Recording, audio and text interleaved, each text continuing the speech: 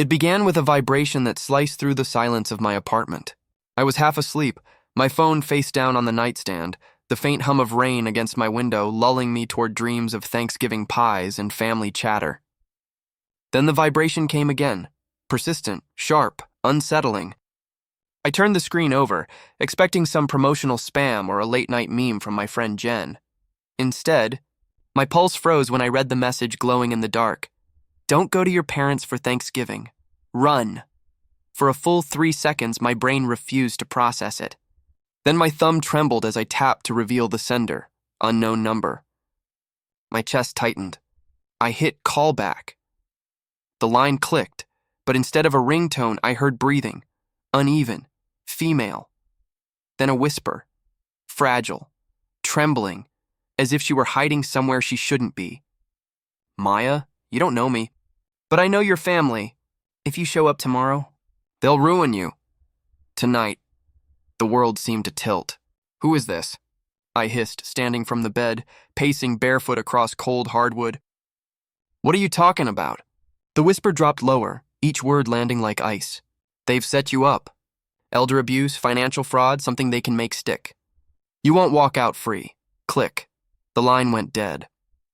My reflection in the black window stared back, wide-eyed, hair tangled, mouth open like I'd seen a ghost. For a moment, I almost laughed. My family? Ruin me? We were the definition of suburban normal. Mom's Pinterest-perfect dinners, Dad's corny jokes, Nate's endless charm. But the unease slithered through me anyway. I called back. Voicemail. I texted, "Who is this?" No reply, then ding. Another message from Mom this time. "Leave early if you can." Dad's excited, Nate too. The casual warmth made me feel insane for even considering that the first text was anything more than a prank. I typed out a normal reply, "Sure, see you tomorrow," but paused. My gut twisted. Something about the timing felt surgical. Seconds after the warning, my mother texts with sugary enthusiasm. Almost rehearsed, I called Nate instead. "Hey," he answered, voice smooth as always. "You okay? You sound weird." "Yeah, just..." "Long day," I said, forcing a chuckle. "Everything good for tomorrow?" "Oh yeah," he said lightly. "Be on time, okay? Mom's been kind of fragile lately." "Fragile?" I frowned. "About what?" He hesitated just a moment too long. "You know how she is. Sentimental, just be nice. No surprises." When he hung up, I sat there listening to the rain for a long minute. Then I opened Reddit. If you've ever gone down those threads, R true off my chest, R am I the devil, R family secrets, you know the horror stories. Inheritance wars, forged wills, parents disowning kids for money. Every post felt like a mirror I didn't want to look into. My pulse climbed. I shook it off, blaming late-night paranoia. That's when the doorbell rang. I froze. Midnight.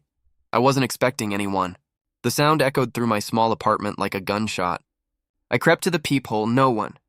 My throat tightened. Another chime, softer, almost pleading. Against my better judgment, I opened the door. No one stood there. But an envelope, cream-colored, sealed with tape, rested on the doormat. I knelt, hands trembling as I tore it open. Inside was a single printed photo, my parents' front porch, captured by their Ring doorbell camera. But the timestamp, my eyes narrowed, it was tomorrow's date. Thanksgiving Day, 6:05 p.m. Beneath it, written in thick black Sharpie, were 6 chilling words. If you show up, they call 911. The rest of the sentence bled faintly through the paper. And say you attacked Mom. For a long moment, I couldn't move. The air itself felt wrong, too heavy to breathe. I set the photo on my table and dialed the unknown number again, putting it on speaker. 1 ring, 2, then connection. The whisper returned. You got the envelope? Who are you? I demanded. If you want proof, she said, voice barely audible, don't go to dinner. Watch your parents' house from the street. 6:05 p.m. sharp, you'll see everything. Her tone changed then, sorrowful, exhausted. I used to live there. Before I could respond, the call ended. I stood there, gripping the phone, every instinct warring inside me. Logic said it was some deranged prank. But my body knew better. The cold sweat, the pulse pounding in my ears. Something real was unfolding. I went to the kitchen and poured water just to feel normal again, but the photo still sat on the counter like a curse. The timestamp, the handwriting, the certainty in that voice. It all felt orchestrated, too specific, too deliberate. Sleep was impossible.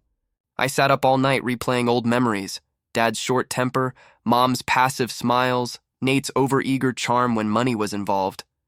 The family group chat where I was often left on scene. The time Grandma mentioned a will and Dad's eyes had gone flat, cold. I tried to rationalize it. Maybe it was a stalker, someone messing with us. Maybe Ruth, or whoever she was, sent it to the wrong number. But deep down I knew. This wasn't random. This was personal. At 3:17 a.m., another message pinged from the same unknown number. No words, just a video file. I hesitated, then pressed play. The footage was shaky, like hidden camera phone video, my parents' living room. My brother Nate leaning over the kitchen counter, whispering, "We do it at 6:05. She'll park out front. We'll say she snapped." By the time the cops come, the video cut off. My heart dropped into a pit. I didn't sleep that night. I just sat there, staring at the wall, waiting for sunrise. Every sound outside made me jump. Every shadow looked like Nate. By dawn, one thought had crystallized in my mind. If I went home for Thanksgiving, I might never come back. And yet, I knew what I had to do. I had to see it for myself. At exactly 6:05 p.m. tomorrow, that's when the truth would show itself. And either I'd expose the trap, or I'd fall straight into it. The air that night felt too still, like the world itself was holding its breath. Thanksgiving evening, 6 p.m. The one night every house on the block smelled like cinnamon, butter, and false smiles. The cul-de-sac glowed warm and welcoming, every porch strung with golden lights, every driveway packed with cars. But I wasn't walking up to my parents' front door this year. I was parked 3 houses down, engine off, hands gripping a lukewarm coffee that had long gone bitter. My heart pounded so loud I could hear it over the muffled laughter spilling from nearby windows. At 6:02 p.m., my parents' porch light flicked on. A small detail, but it felt like a signal.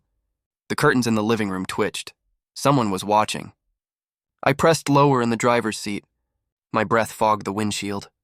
The house looked normal, festive even, wreath on the door, candles glowing in the window. But every flicker of light now felt choreographed. Every movement deliberate. Then at 6:04, my brother Nate stepped outside. His silhouette cut sharp against the porch light. He adjusted his watch, looked down the street, then straight toward my direction, as if he knew exactly where I was. My stomach flipped. He wasn't scanning randomly. He was aiming his body toward the camera. 5. The exact timestamp written on the photo I'd found in that envelope.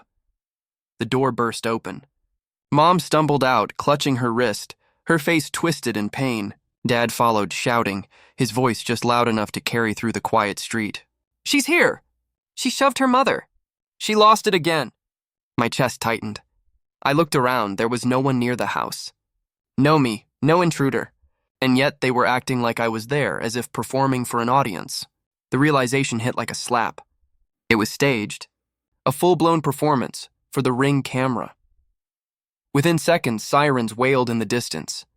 2 police cruisers rolled up, lights slicing through the suburban calm. Officers jogged toward the porch, hands resting on their holsters, calm but alert. My father's voice rose higher, desperate, almost gleeful. "She ran that way. I told you she'd come back." She snapped again. He pointed down the street. Right at me. Panic surged up my spine. I ducked, pulse hammering. My whole body went cold. My mind scrambled for logic, why, how, but all I could think was they're doing it. They're actually framing me. My phone buzzed loud in the silence. I nearly dropped it. The same unknown number lit up the screen. I hesitated, then answered. The whisper came again, calm but urgent. "You're seeing it, aren't you?" "Who are you?" I hissed. "What is happening?" "They're executing the plan they built all week," she said quickly. "They've been priming everyone for this. Screenshots, group chats, fake texts between your mom and dad about your behavior.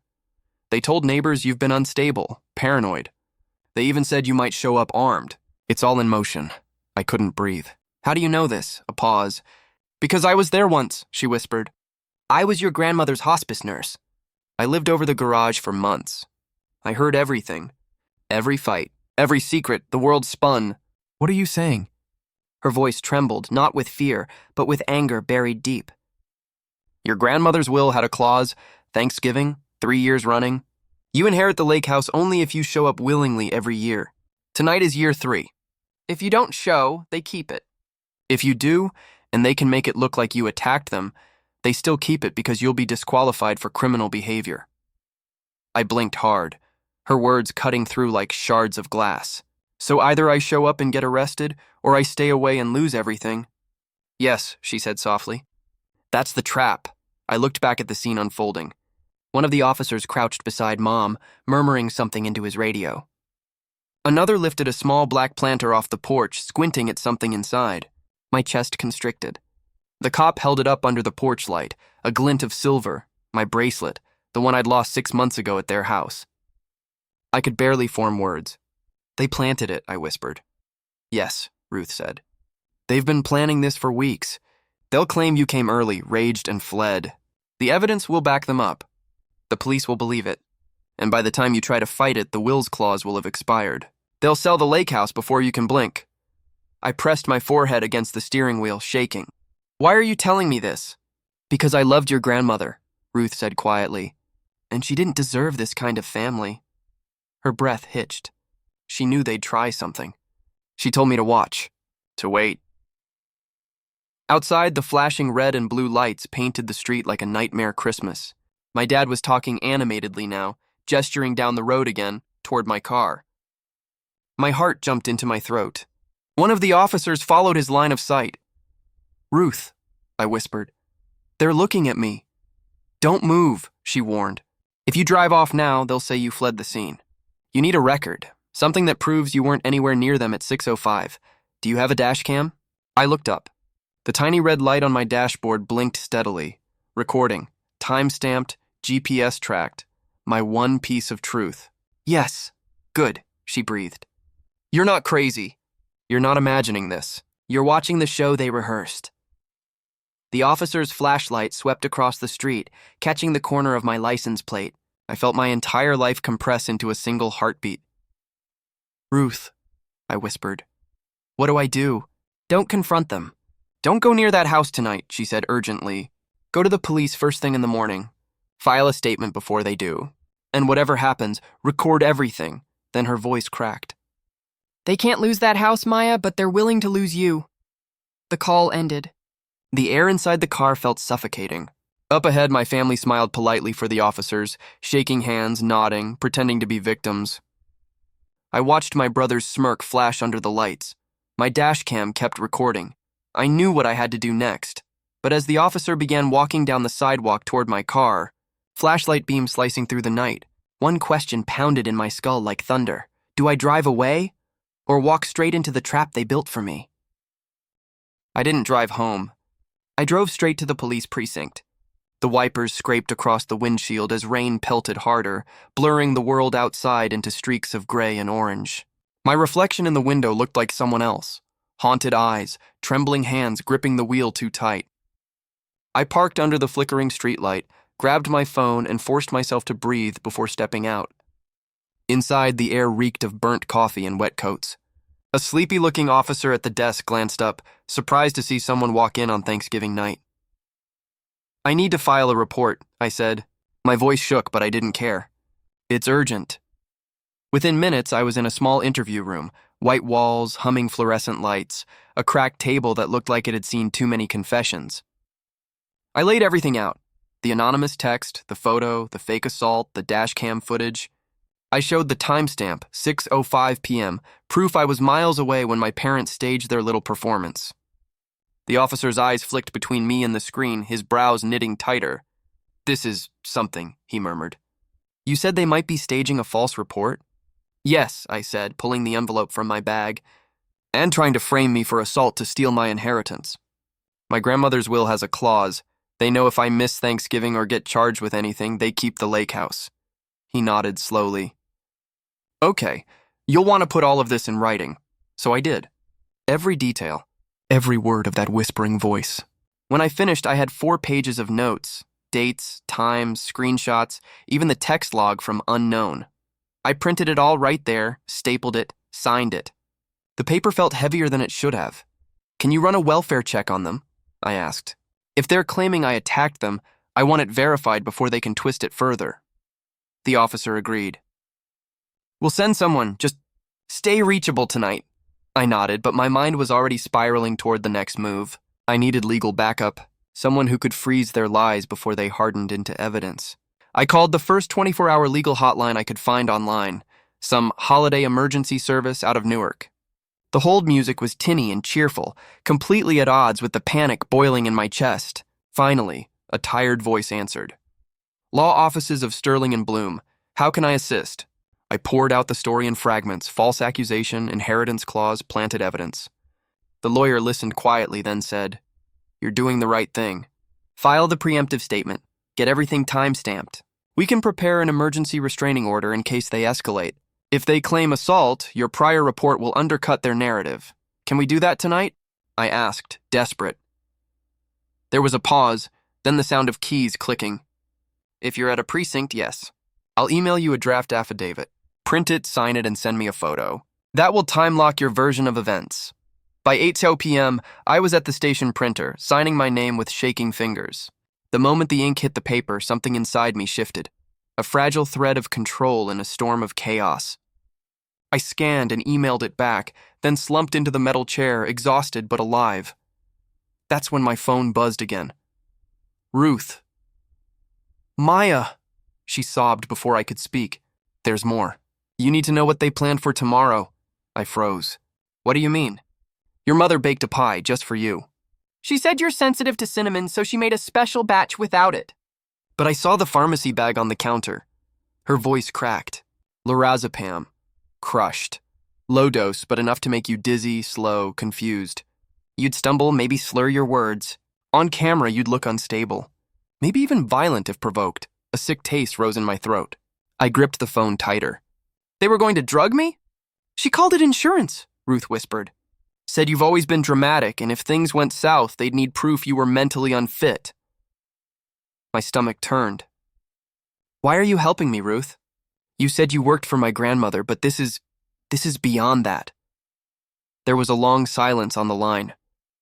Then her voice dropped to a near whisper. Because this isn't just about you. What does that mean? Ruth inhaled sharply. Your grandmother changed the will after a huge fight with your father. She told me everything. She said you were the only one who saw her as a person, not a vault of money. She wanted to protect you, but she knew your dad and Nate would come after the lake house. She said if something ever felt off around Thanksgiving, I was to reach out to you. To make sure you survived it. I leaned back against the wall, tears burning my eyes. My throat tightened as the weight of her words sank in. My family, my blood, had been planning my downfall for months, maybe years. Before I could reply, a detective entered the room holding a file. Ms. Sanders? Yes? We just got a call from dispatch, he said. Officers responded to your parents' home about an alleged domestic disturbance. Your mother claims you shoved her and fled before police arrived. My body went numb. And? He flipped open the file. 2 neighbors told a different story. Said they never saw you there. Said your car was parked down the street the whole time. His gaze softened. Looks like your dash cam's going to come in handy. He studied my affidavit again, then nodded. We'll take a formal statement now. Everything on record. I followed him out, but my phone buzzed before I reached the door. Unknown number. Not Ruth's. My pulse spiked. I hesitated, then read the message. You think you're smart. Check your apartment. I froze. My breath caught in my chest. What is it? The detective asked. I didn't answer. I just grabbed my bag and ran. The drive home felt endless. Every red light felt like a trap. When I finally pulled into my building, the rain had stopped. The hallway was silent. My door stood slightly ajar. I pushed it open slowly. The living room light was on. On the coffee table, wrapped neatly in aluminum foil, sat a pecan pie, my grandmother's recipe, the same one my mom always baked. A note beside it read, Nut-free, just for you. Love, Mom. My stomach dropped. I hadn't gone home. I hadn't told anyone where I was. Someone had been inside, and they'd left me dessert. The sirens reached my building before I finished the call. I stood in the hallway, phone in one hand and camera in the other, filming everything. My name is Maya Sanders, I said, voice trembling. Someone broke into my apartment. They left a pie on my table. I believe my family is trying to frame me. My voice sounded detached, almost robotic, like I was narrating someone else's nightmare. Within minutes, 2 officers arrived and swept through the apartment. No intruder, no forced entry. But the chain lock on the door hung twisted, bent from the inside. One of the officers exchanged a look with the other, and that was when I saw it. A small sticky note on the pie tin, fluttering from the draft of the open window. The words were written in my mother's looping script. "Nut-free just for you, Mom," something in me cracked. I stared at the note as though it might burst into flames. "She doesn't even know my address here," I whispered. The officer frowned. "Then how'd she get in?" Before I could answer, Detective Owens, the one who'd taken my earlier report, stepped through the door, still in his raincoat. He eyed the pie, then the note, and carefully bagged them both in evidence sleeves. "Let's test this for fingerprints and substances," he muttered. When he flipped the note over, his brow furrowed. "There's something else." On the back, scrawled in shaky pen, was a phone number and a name. Ruth Delgado. My stomach dropped. I didn't write that. My mother didn't know that name. Or, at least I thought she didn't. I snatched the phone from the table and dialed. Ruth picked up on the first ring, her breath ragged. "Maya," she whispered. "I'm sorry," my throat tightened. "Why is your name on my mother's note? How does she even know who you are?" On her end, I heard the creak of a door. Then a man's low voice, muffled and close. She gasped softly. "I can't talk long." "He's here. Who's there?" "My father," she said, then her voice broke. "Our father." The words didn't register at first. "They just hung there, impossible." "What are you talking about?" "I warned you because—" "I'm your family, Maya," she said through tears. "Your father, Richard Sanders, he's my father too. I'm his daughter from an affair 28 years ago. Your grandmother found out and hired me as her nurse when she was dying. She recognized my last name on the application and told me everything. She said he'd try to erase her will, erase you, erase me. She made me promise that if he ever tried to use you to steal the house, I'd stop him. Legally." I stumbled backward until my knees hit the couch. "You're my sister," I whispered. "Half," she corrected gently. "But blood still counts. Grandma wanted to make it right. She paid for my nursing school, gave me the garage apartment, and made me her eyes and ears. She told me where to find her original will if he ever forged another. There's a safe deposit key under the attic floorboards at the lake house, along with her letters, a USB, and a signed statement saying she feared your father would stage an incident to disinherit you." The room spun around me. Every memory of my father replayed in a new light. His sudden anger, his careful charm, the way he spoke about Grandma like she was a problem, not a person. I pressed my palms against my eyes. "Why didn't you tell me sooner?" "I didn't think he'd go this far," Ruth whispered. "But after what he did tonight, after the police showed up at their door pretending you attacked them, I knew it was happening. Before I could respond, my phone vibrated again. FaceTime. Nate's name glowed across the screen. My stomach twisted. "He's calling me," I whispered. "Don't answer," Ruth warned, but I did. Nate's face filled the screen, calm, calculated, too gentle to trust. "Maya," he said softly, like I was a child. "You made a mess tonight. Mom's hysterical. Dad's furious. But if you just come over and apologize, we can make this disappear. Bring that little anonymous letter you keep bragging about. We'll sort everything out as a family." Behind him, I saw our parents' kitchen, the same one from the video Ruth sent me. And sitting on the counter, half hidden behind a bowl of cranberries, was a pharmacy bag with the corner torn off. The label on it was familiar. Lorazepam. "You drugged me," I whispered before I could stop myself. Nate's smile didn't flicker. "You've always been dramatic." "I'm recording," I said. He tilted his head. "So am I." Then he hung up. Silence. The kind that feels alive. Ruth's panicked voice broke through the stillness. "Maya, listen to me carefully. He's not calling to talk. He's calling to track your phone. They're coming. You need to leave. Now. Where?" I croaked. "To the lake house," she said quickly. "That's where the proof is. Grandma's documents, the USB, the will, it's all there. If we can get that, you can end this before they destroy you. But you have to move fast. I think he knows I told you." A door slammed on her end, followed by muffled shouting, then static. The line went dead. I stared at my phone, heart racing, dread pooling deep in my stomach. Outside my window, headlights swept across the parking lot, bright, deliberate. Stopping directly in front of my building, Nate's SUV. He'd found me.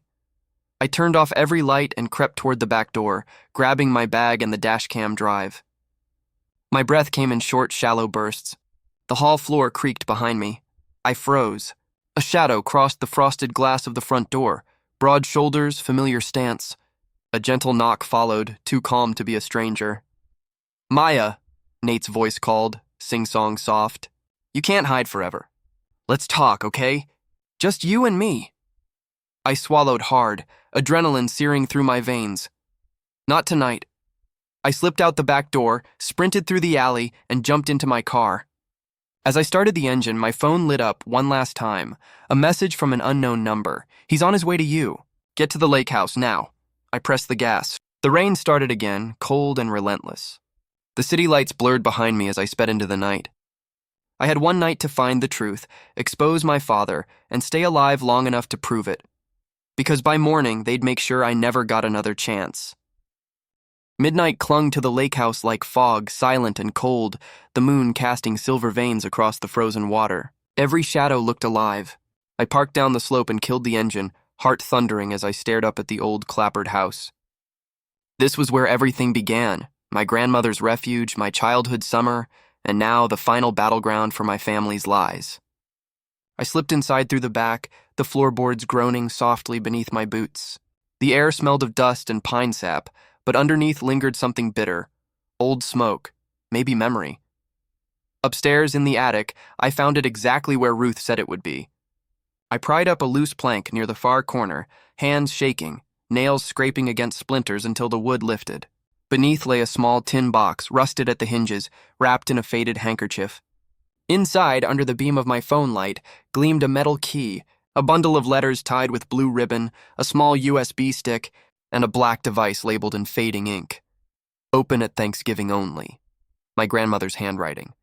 My throat tightened. I didn't know whether to cry or laugh. Then from outside, the crunch of tires on gravel.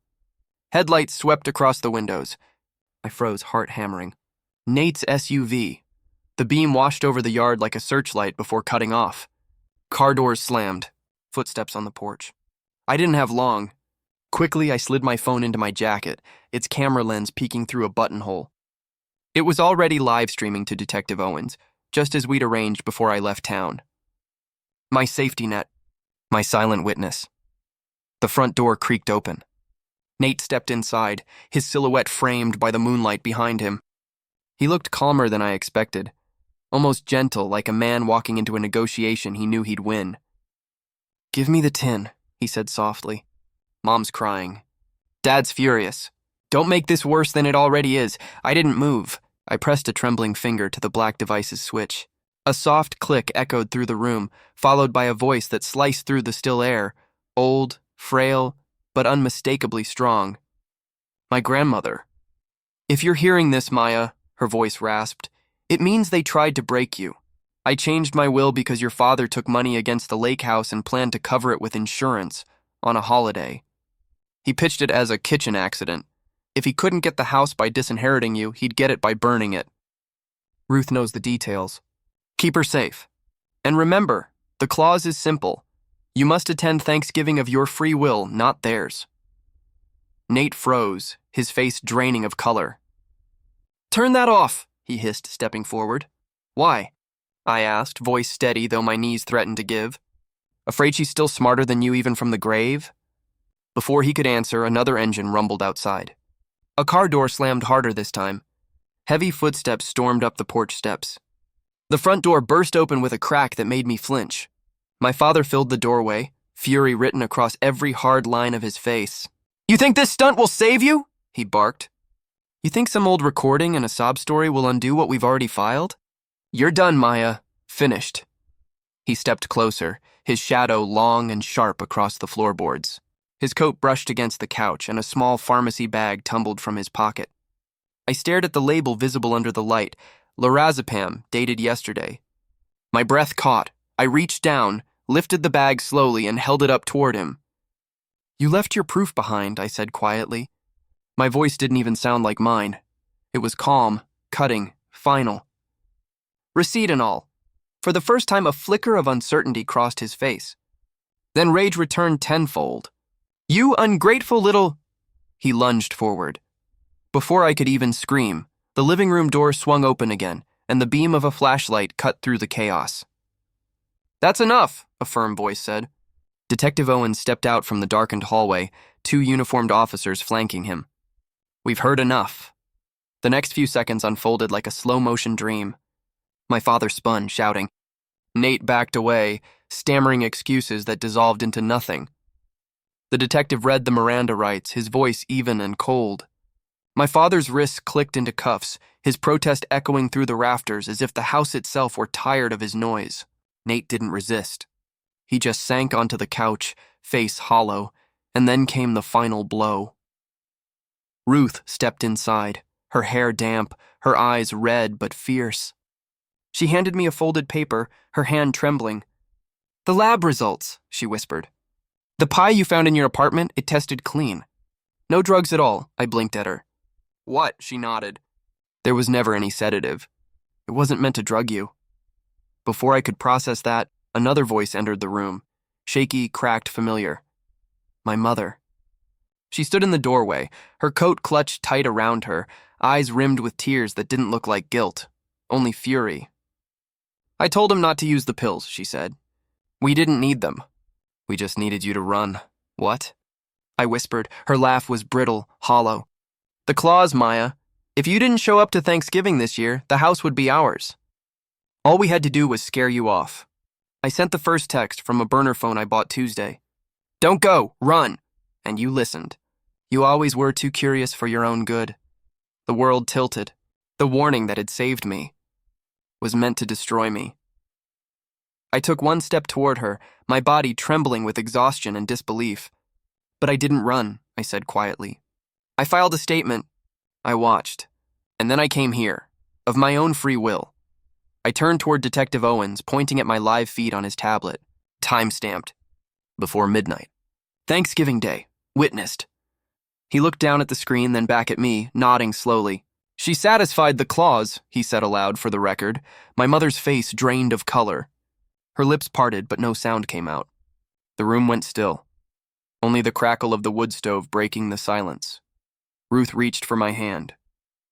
Her grip was cold but steady, sister-shaped, real. For a long moment, none of us spoke. The house that had carried generations of secrets finally felt clean. And as the officers led my father and brother out, the cold wind rushing through the open door, I realized something profound. I hadn't lost a family tonight. I just learned who they truly were, and in the ruins of that truth, I'd finally found the one person who was never pretending. My sister.